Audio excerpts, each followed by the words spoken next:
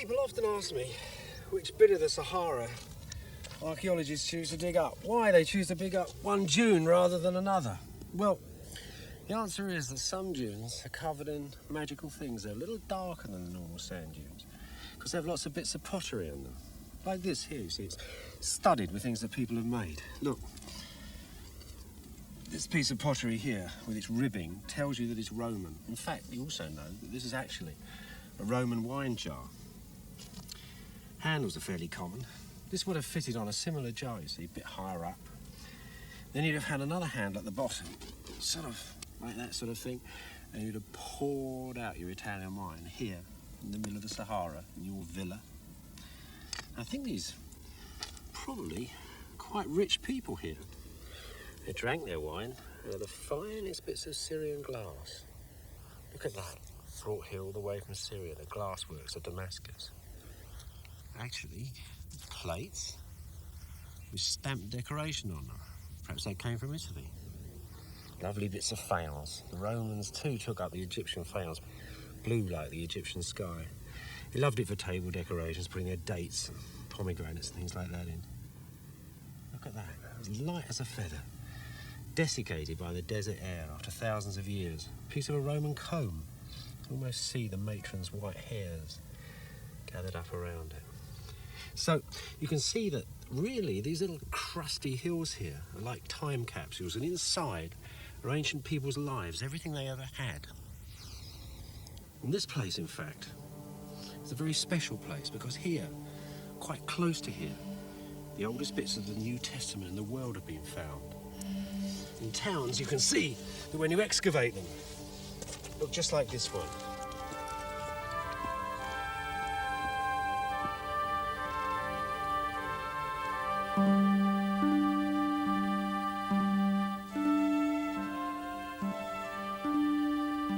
There are dozens of these towns in Egypt at the edge of the desert. Towns with names like Karanis, Oxyrhynchus, Crocodilopolis. 2,000 years ago, they were well-to-do Greek colonies. The real archaeological treasure here is in this funny-looking dirt stuff. The archaeologists that came here were looking for papyri, and they were looking for a very special layer. There's a bit of it here. It's what the local people call the akfsh. And you can see this is ancient straw preserved in it. And this is quite soft here, and it's not acidic like the dark soils above, and it's not hard like the floors below. And in this tiny little layer, this is where all the papyri were found. And actually, the amazing thing was that the first discovery they announced to the world, a really important discovery, was of a gospel. But it wasn't the gospel of Matthew, Mark, Luke or John. It was the gospel of Thomas. Completely new collections of sayings of Jesus came out at the turn of the century, and by the 1920s, one of these sayings, "Cleave the rock and you will find me," found its way into the English hymn book. But perhaps the most extraordinary discovery came a few years later. That was when somebody discovered that a tiny little fragment of papyrus that had come from one of these towns was much older than they previously thought. You see, ancient handwriting you can date more or less like modern handwriting. And this piece of writing could be dated to about 130 AD. Now, the most extraordinary thing about it was a piece of the Gospel of John. And the date made it the oldest piece of the Gospel of John, the oldest piece of the New Testament, indeed, ever found. And so it has remained. And it's rather apt that with all the surprises and amazing things that have come out of this desert, especially to do with the New Testament, it bears the words, "And Pilate said, 'What is truth?'"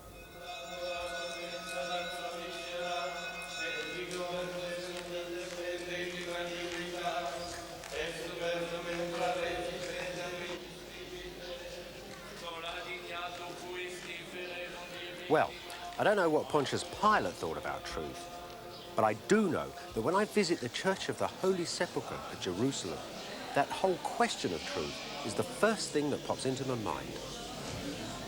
Jesus from Nazareth, the King of the Jews. Where Christ was crucified, they put the cross.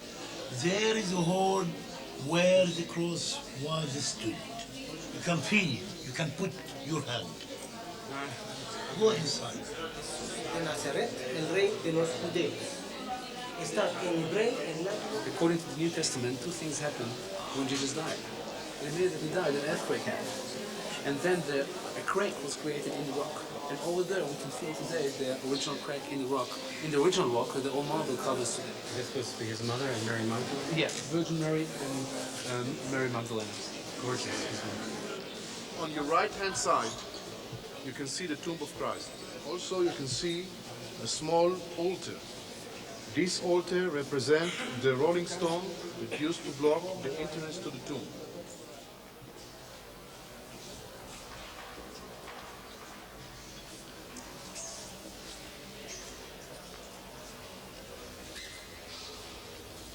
Then they took the body of Jesus and wound it in linen clothes, as in the manner of Jews is to bury. In the place where he was crucified there was a garden, and in the garden a new sepulchre, wherein was man never yet laid. Well, the place of crucifixion and the tomb of Jesus, the faithful believe actually in this church. People who come here and they see the sacred sites and they come here to pray, actually then move in the landscape of the New Testament. They're actually moving into the landscape of a book. And what a book. It's a book that's really given shape and form to Western civilization. Christendom. Christendom, the lands of Christ, Jesus Christ. Well, are the four Gospels which have him as a hero, are they true? Or are they just a con? Perhaps something invented by the church to get money out of people? Or are they the word of Almighty God? Who wrote those four Gospels? Who put them together? Where did they come from? What about this man, Jesus Christ? Is he true? Is he a real historical figure? Well, there's something I can say right away, and that is whoever wrote this book really understood ancient Palestine, understood the landscape, and he understood the ancient people too.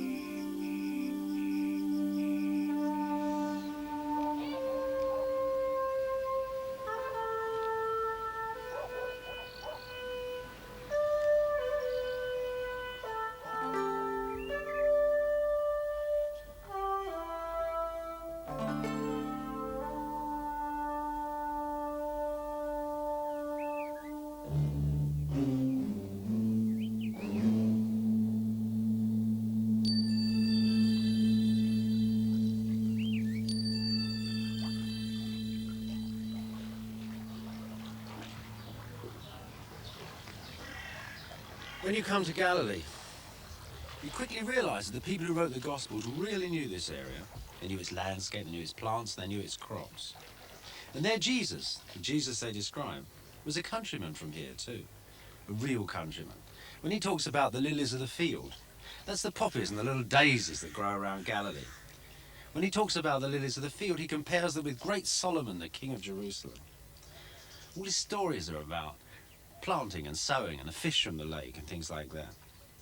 I suppose really that's how the people of Jerusalem saw the Galileans. There was a traditional north-south divide. The people of Jerusalem saw the northerners as thick, people with heavy accents, a bit slow. There were sort of Galilean jokes going around the place. And in their turn, the Galileans saw the Jerusalemites as soft southerners, Hellenized, didn't think much of the priests. The Galileans were fervent nationalists, big fighters for freedom. And they had holy men, quite unorthodox holy men, who actually talked directly to God. Now we know all that about the Galileans because there were lots of Jewish books written at the time that tell us what was going on. But none of them mention Jesus of Nazareth. There isn't any record of him until long after he's supposed to have died.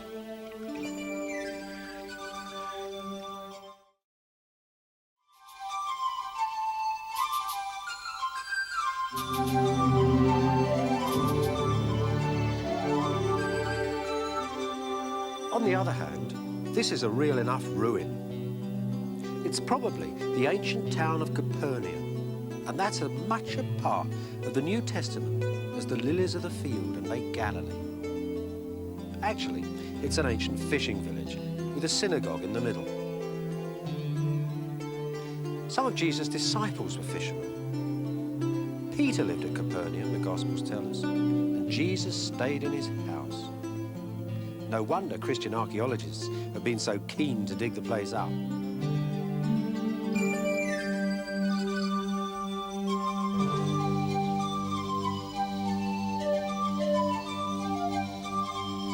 Archaeologists started work here about 80 years ago on the most impressive bit. The ruins of a synagogue made of imported stone that had been parked like a great white Cadillac in the middle of the village.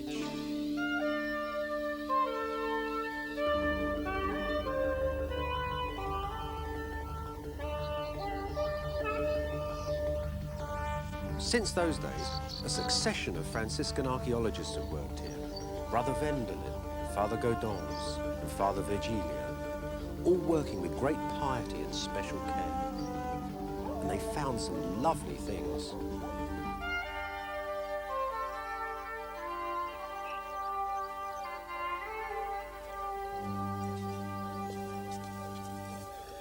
What the archaeologists discovered as they dug away the foundations of the synagogue was that the Great White Synagogue, Great White building, had been fitted very carefully onto an earlier wall.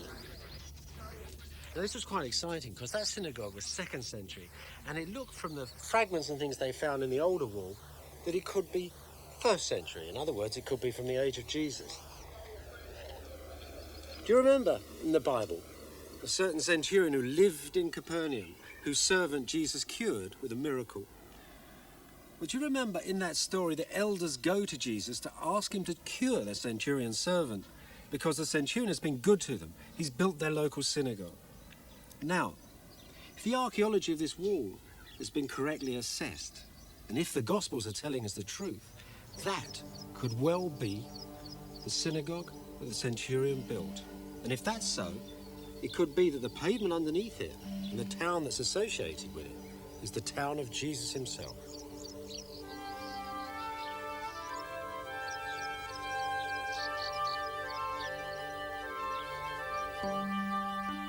So these black basalt walls are the remains of little houses. Could they be where Jesus' friends and disciples had lived? Where he miraculously cured a paralyzed man? Take up your bed and go to your own house, he says in the Gospels. As the fathers dug through this village, they were rolling back 2,000 years of time.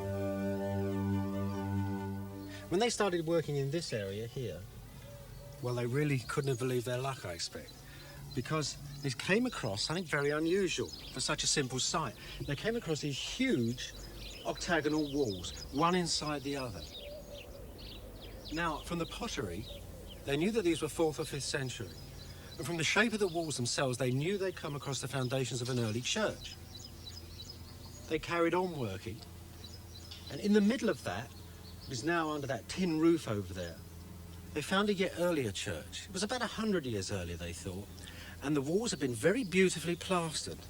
And although the plaster was a bit rotten, there were still hundreds of inscriptions on it, and these could all be read. And in amongst the names there were the names of Jesus Christ and the names of Peter himself. They must have felt that they were slowly coming down on the very house of St. Peter himself.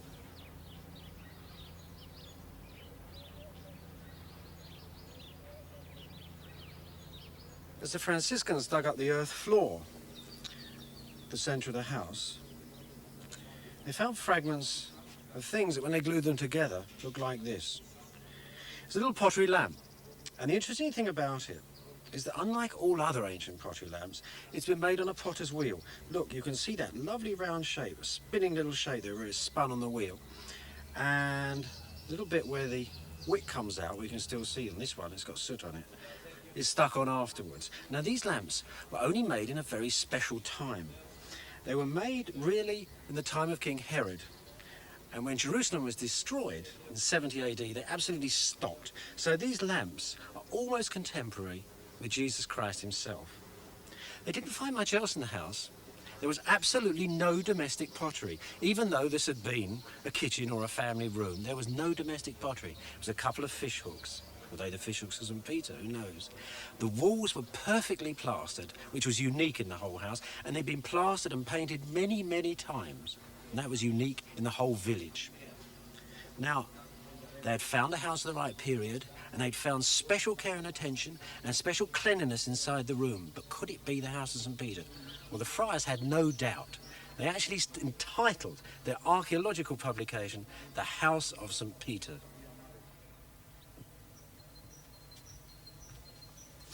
Now, usually, archaeological reports are considered to be scientific documents. That means they've got to have proper scientific titles. Now, the House of St. Peter is not a proper scientific title. The archaeologists, the good friars, have found nothing in that house at all, which actually could prove that Peter had lived there at that time. So, although their book looks like a scientific report, it really isn't one at all.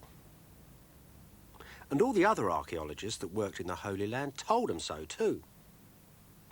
All the things that had been excavated in the ancient house, the pottery, the fish hooks, and all the rest of it, were of the time of St. Peter. On that everybody was agreed. But only the friar's booklet said that the ancient house had been St. Peter's. Nothing they'd found there had proved it. All the inscriptions with Peter and Jesus' name on them had been made by Christians hundreds of years later. The only thing the fathers had proved about St. Peter at Capernaum was the power of their own belief.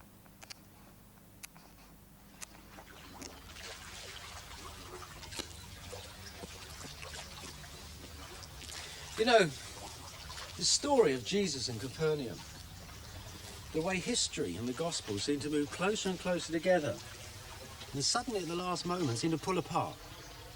Well, you can repeat that dozens of times with other Gospel stories. It's almost deliberate. It's almost as if the writers of the Gospels refuse to connect history and their faith together, as if they wouldn't degrade their faith in the Lord with mere historical fact. Actually, even mere historical fact requires some degree of faith. Take Alexander the Great, for example. There's a well-known historical figure for you. Well, there's 3 or 4 semi-fabulous, sort of part legendary biographies of him. That's all, really. But what there is, what the man has left, is his effect. His armies built Greek temples practically on the borders of India where he'd taken them to. His policies had reorganised all the ancient world. That's why, at the end of the day, we know that he lived, that he was a real man. And that, too, I suggest, is why we can say that Jesus was a real man and lived. It's the effect of him that counts. The fact that shortly after his death, there was churches everywhere, the Gospels were being written. That's how we know that there must have been some energy at the centre of all that. But Jesus, unlike Alexander, was a humble man. Alexander's dad was a king, he was a king. There were coins, there were court things. Everything to do with Alexander was on a higher level. Jesus, however, the humble man, lived in a little fishing village. We don't know the names of anybody who lived in Capernaum. It would be unreasonable to find written documentation of Jesus or Peter the fisherman. We shouldn't expect to find it. Ordinary lives of humble people. What we can say is from those houses, from that village, from the Gospels themselves, came such an effect that we can say that Jesus was a real historical figure.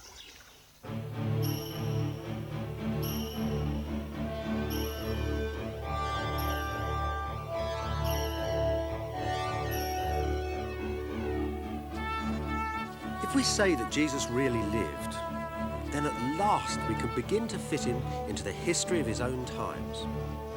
And you do it like this. There are about 360 stories in the Gospels. Let's see how they fit into real historical first century Palestine. Ancient Palestine, where the Jews were governed by the Romans. What would have happened, for example, if a real guy had turned up in the Temple of Jerusalem in Jesus' time and had a punch-up with the money changers? What would people have thought about the idea of a God being your father? Our Father, which art in heaven, Jesus says. Would it have made him popular? Would it have got him arrested or what? It's a great historical game fitting Jesus into history. It's been going on a long time too.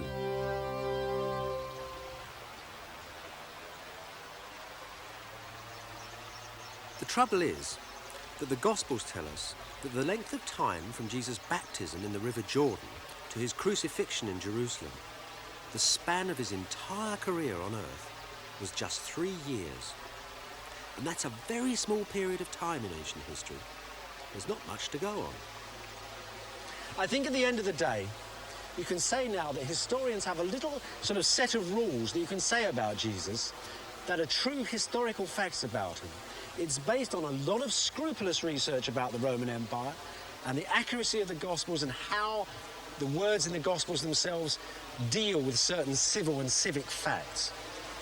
Now, historians themselves wouldn't claim, for example, the resurrection or the miracles, but what they claim is, when this man lived, that as a man preaching the things he did, walking on the earth and coming into contact with the civil, military authorities that he came in contact, that there is a likelihood that these things are true of the man. It's what you can call the historian's creed, if you like. It's fairly short and fairly simple. It goes something like this. Jesus lived in Galilee.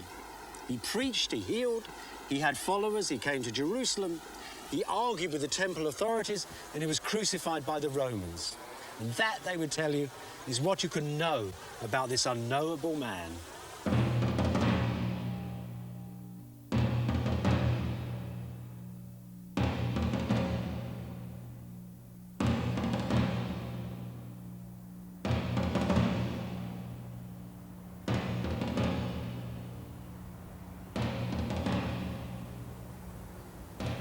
Nowadays, a lot of historians think that Pilate's residence in Jerusalem, where civilians would have been brought for trial before the Romans, would have been the old palace of King Herod. And that's buried today here in the pretty Arab remains of the citadel. There you can still see the great massive walls of Herod's original palace. The same walls that every Jew brought for trial here would have seen in the days of Pontius Pilate.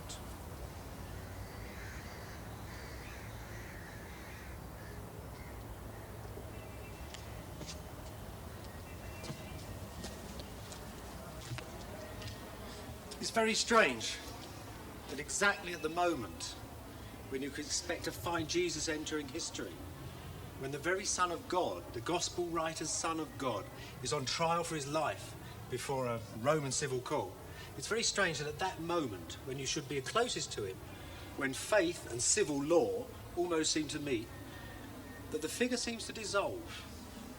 I suppose that could be not only because the way the actual trial is reported in the Gospels is very enigmatic and strange, but also because the people of Jerusalem were divided up into so many different factions that each one would have had a different Jesus.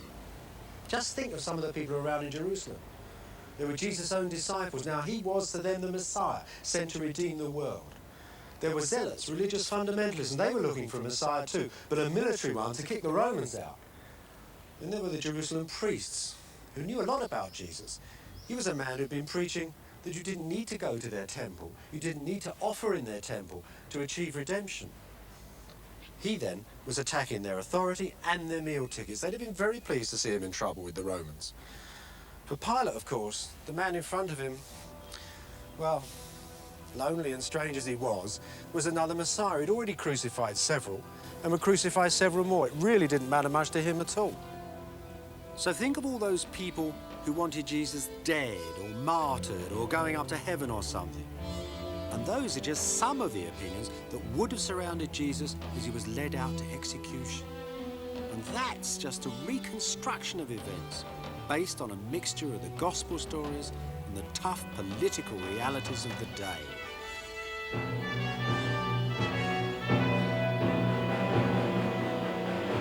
As he walked down this narrow lane that leads from Pilate's palace to the Rock of Calvary, Jesus would have been the focus of an enormous range of passions and opinions. The newspapers of the day could have given us very different points of view. The Gospels, of course, written later on by men who thought that Jesus was the Son of God. Where in all this is reality, is real history? Where can you find the truth?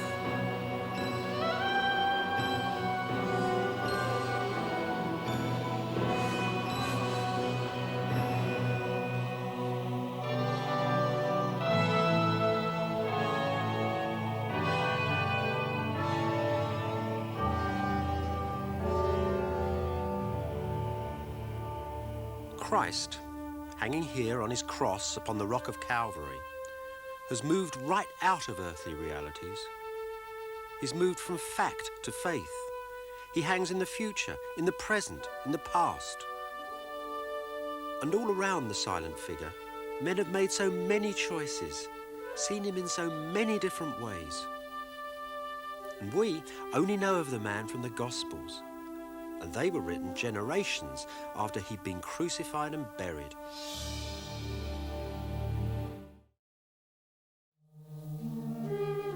So Jesus of Nazareth was enshrined in a book. The four Gospels told the world that he was Jesus Christ, the risen Lord. But who wrote these Gospels? Were they really written by Matthew, Mark, Luke and John? And when and where were they composed?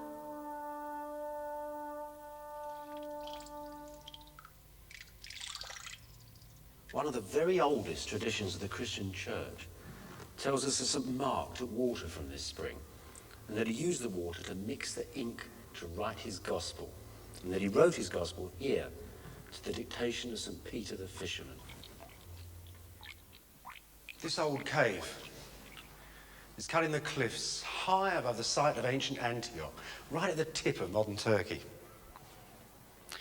Church traditions say that this little grotto is actually the oldest church in the world.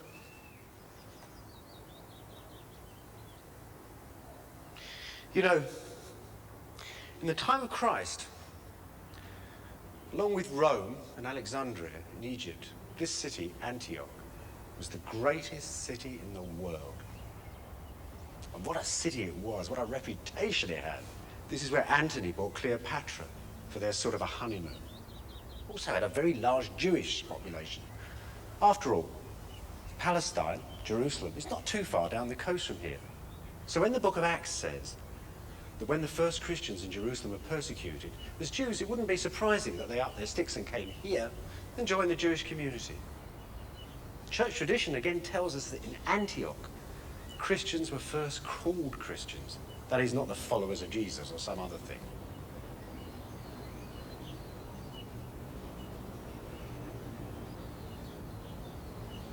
So you see, old Antioch has a very important place in early Christianity. That lovely story of St. Mark and his ink could well be true. The trouble with that is that there's an equally strong tradition that says that what St. Mark really did was went to Rome with St. Peter, and there it was that Peter dictated his gospel. And then, after Peter was martyred, the story says that Mark then travelled to Alexandria where he wrote the final draft of his gospel.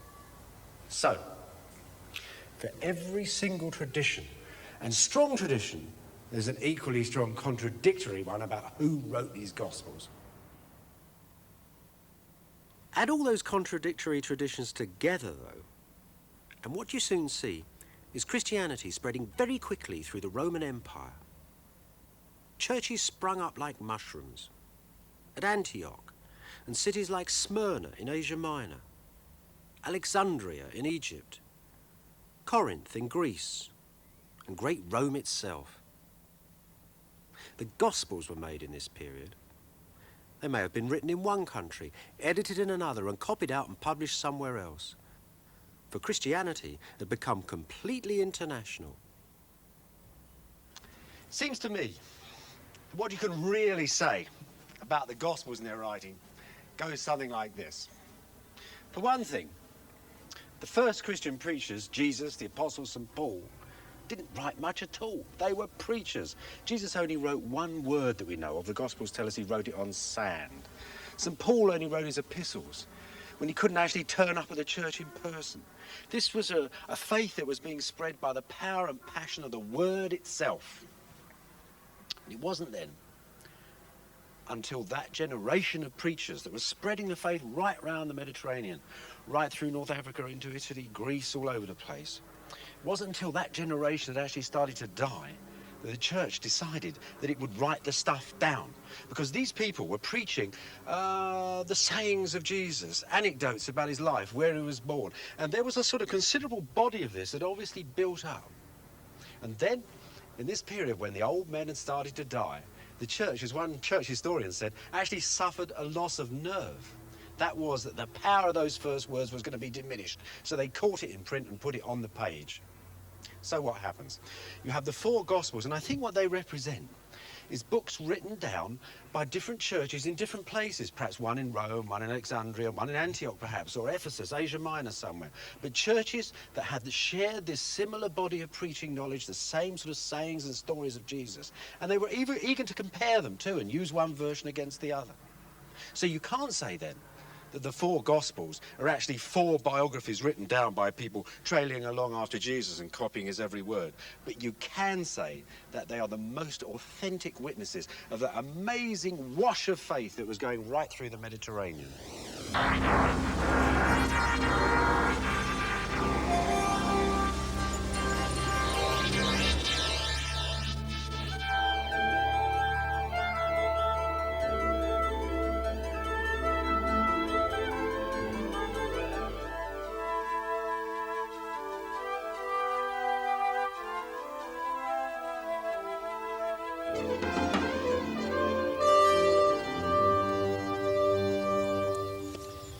This area here is the very centre of Rome.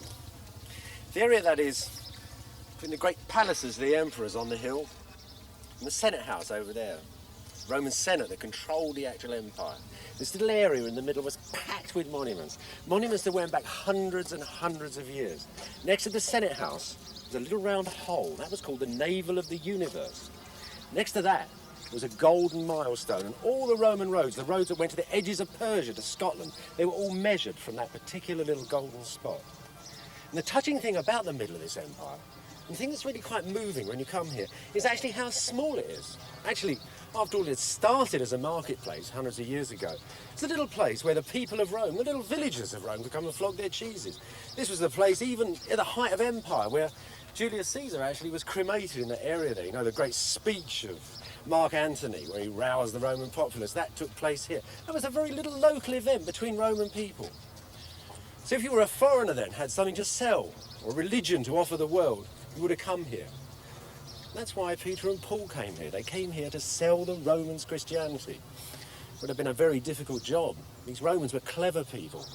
They inherited all the Greek philosophers. There were Stoics here. There were followers of Aristotle, Plato, people like that.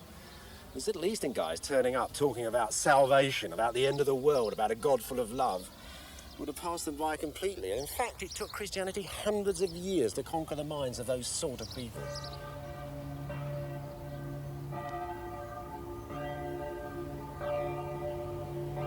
Rome was captured by Christianity, of course, along with its entire empire. And that's a big part of the problem if you're trying to find out how the New Testament was made. Because almost all the ancient writings about it were made by the winners of a series of rows and debates about the church and its Bible.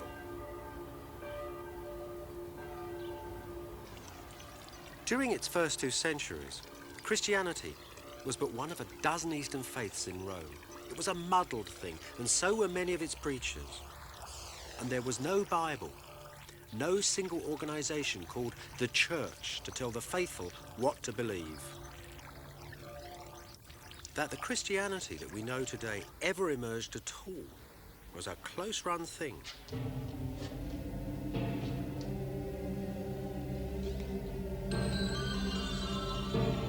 Just how close you can still see under the oldest churches of Rome. Many of them are built directly on top of pagan shrines, like this one, built in honor of Mithras, a Persian god.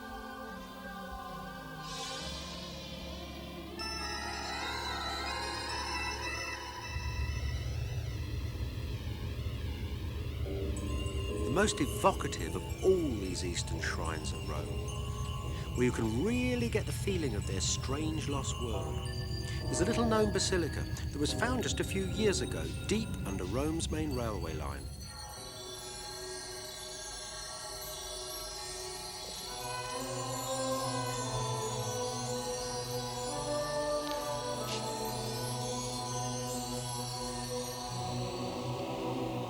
Many people who took up these Eastern religions, and they were very popular, thought that faith was not only based on belief, but on personal mystic experience. They formed underground sects of initiates called knowers, Gnostics, the people who know. In their secret meeting places, Jesus, Socrates, Osiris and Alexander the Great might all be equally revered as guardians of mystic truths. The underground chapel is shaped exactly like a church. Once it was a hall of a sect so secret that it's completely disappeared. We don't even know its name anymore. God alone knows what went on here. These places had their origins in the halls where mystery rites took place, where people were initiated with drugs and terrifying physical ordeals. And yet, if Jesus of Nazareth had turned up in here, people would have greeted him as a great teacher, a fighter against evil and darkness. All these strange rituals, these lovely Gnostical ideas, might seem innocent enough in themselves. You think, well, you know, Christians could come in here and accept part of this. After all these ideas of lightness and dark and good and evil, they're even in the Bible. You might think this is an innocent enough place. Consider what happened to lots of Christians. Some of them, for example, Gnostic Christians, would take up eating very special diets. They'd think that food itself was divided into good and evil, into light and dark. So you'd only actually eat good food, light food, drink white wine. Cucumbers were very fashionable food. The way I suppose when you cut them, slice them around the edge, they flash in the sun and they're full of light and water. So you'd eat lots of cucumbers. And your theory, of course, would be verified because it would go through your body and the wicked sin will come out as excrement. And, of course, the light will come out in orgasm as semen. So your Gnostic Christians, and lots of them were doing this, were having orgiastic rituals in their churches, drinking the semen, anointing statues and each other with it as part of the love of God itself. That's a fairly shocking idea to modern Christians. And of course, St. Paul himself differentiates between sacred and profane love. But it was a difference that wasn't nearly so apparent in ancient Rome, and lots of Christians went down the Gnostic path.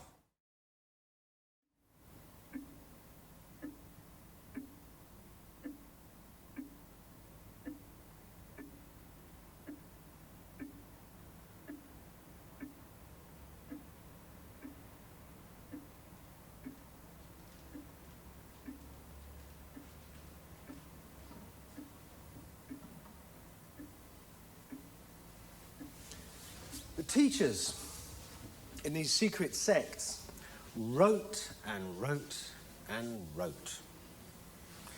And these are little fragments of their wisdom from the desert in Egypt, from that amazing time capsule. These are middle-class people. They're thinking the truth lies in the written word. They cherish it. They have big libraries. And they're starting to write Christian literature in amongst all this other strange stuff that's going on. But it's not just straight-on Christian literature like we know it. This is Christian literature seen through thousands of years of religious experience. Interpretations of Jesus, not straightforward Christianity. And so you get a most extraordinary body of literature growing up. You get 12 Gospels. One of them tells us that Jesus was gay. You get a wondrous poem that tells us that God was actually a woman. Poems called Thunder, Perfect Mind. And dozens of texts so strange that you can't understand what's in them. You get letters of St. Paul writing to Aristotle. Jesus writing to the King of Edessa. And in amongst all this great mountain of literature, you get the ancient books which will become our modern Bible, mixed up with all this other stuff. And this lot here represents literally the earliest known fragments of the Christian Bible that we possess.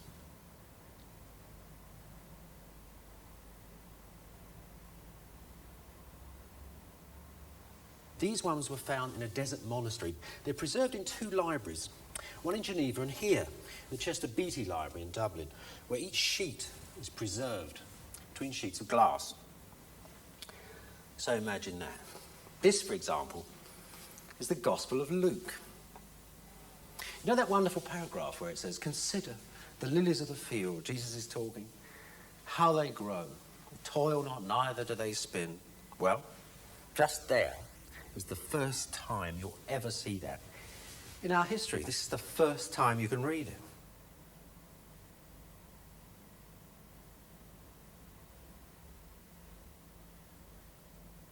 So, if we were doing a history of the Bible and we were saying, look, you know, here's the oldest Bible in the world, no problem, all that happens is it gets copied out from here till today. That's simple, isn't it? But look at it from the other end of the telescope. What you've got is not only this body of text that we think of as the sacred Bible text, but all this stuff too, all this stuff from the underground movements.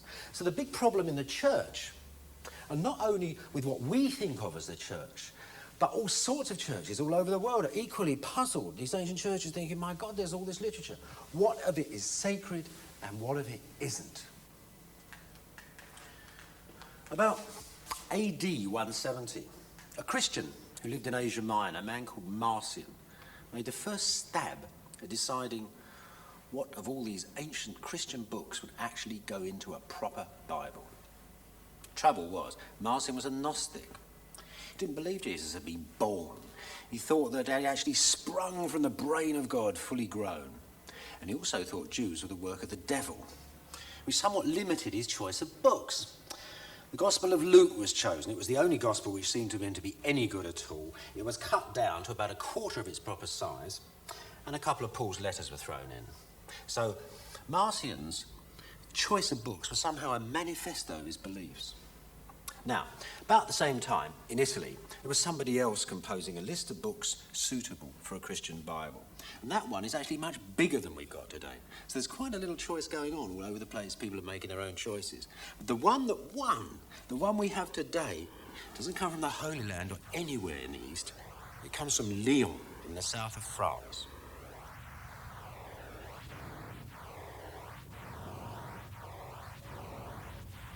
Lyon had actually been established by the Romans. It wasn't a French city, it was a Roman city. It was part of that international world that went all around the Mediterranean. It was founded in about AD 50 for the Roman legionaries.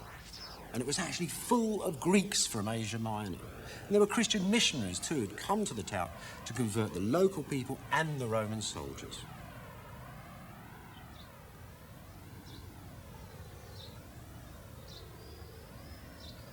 The temples that the Greeks brought with them from Asia Minor to Lyon, they're still here.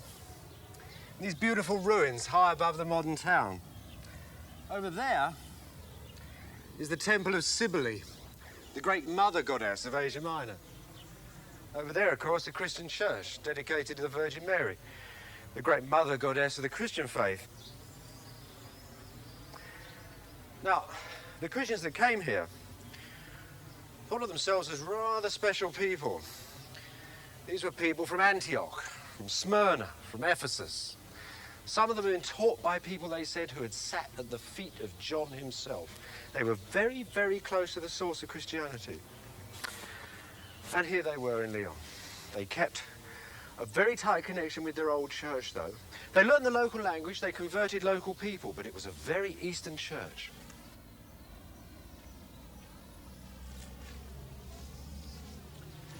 In the years 150, 160, 170, 180 after Christ, just about the time the Greeks were coming to Lyon, the persecutions began. It was a simple test, really. Did you want to worship the emperor or did you want to worship Jesus Christ? If you worship the emperor, you get to be a good guy and succeed in society. If you want to worship Jesus, you might well end up in an amphitheatre being torn to bits. So it's a sort of a terrible test of wills, really. Here in Lyon,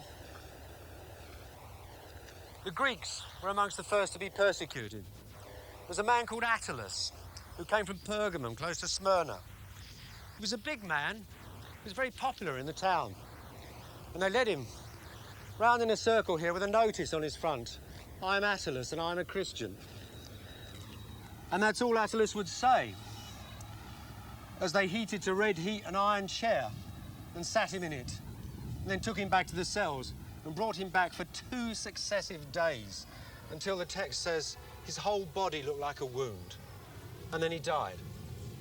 Lots and lots of people were persecuted here. It's not good enough to say these were just sadomasochists. You're sitting in the front row. The persecuted people are having their blood splashed out. It could go over you. You could smell the burning flesh. What's going on here? It's a sort of terrible psychodrama between hundreds and hundreds of people willing you to do something, and the Christians, some of the Christians, the bravest of them all, not wanting to give up the faith. After lots of martyrs had died at Lyon, including the old bishop who was beaten up and died in prison, the church official, a Greek called Irenaeus, came to a really momentous decision. A decision that would not only affect the Bible, but the entire future history of the church. He wrote a book.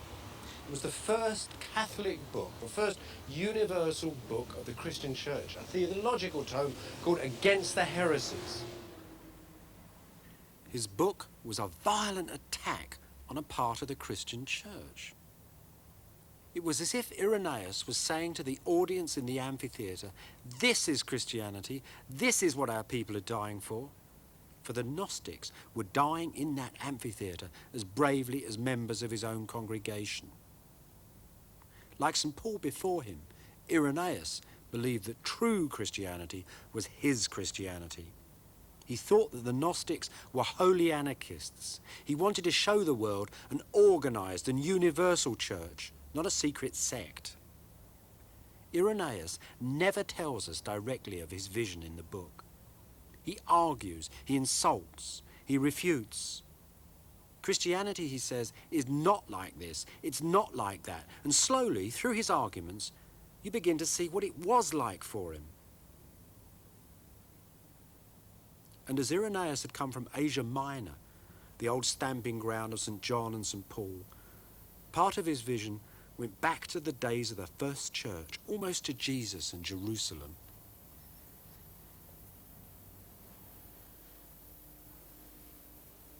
How then did Irenaeus go about deciding what would go in our Bible? Well, the Old Testament was easy. That had been decided years before, no trouble. But the New Testament, that was still a big problem. What the man relied on at the end of the day was what he considered to be the most sacred thing. Remember, he'd come from Asia Minor.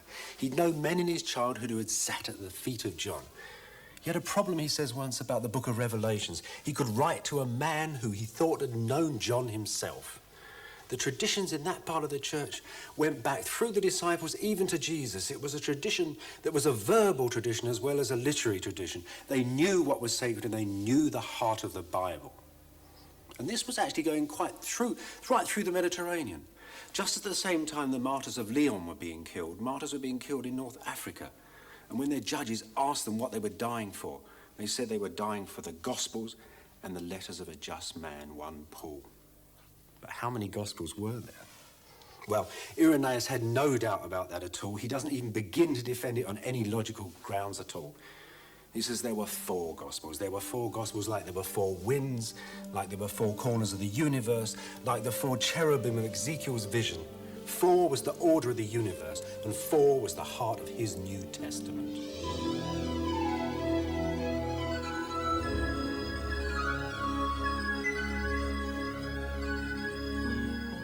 It seems rather silly now to ask again if these 4 Gospels are true or false. For in history, as in faith, real truth, insight, is never to be found in bits of information, scientific facts.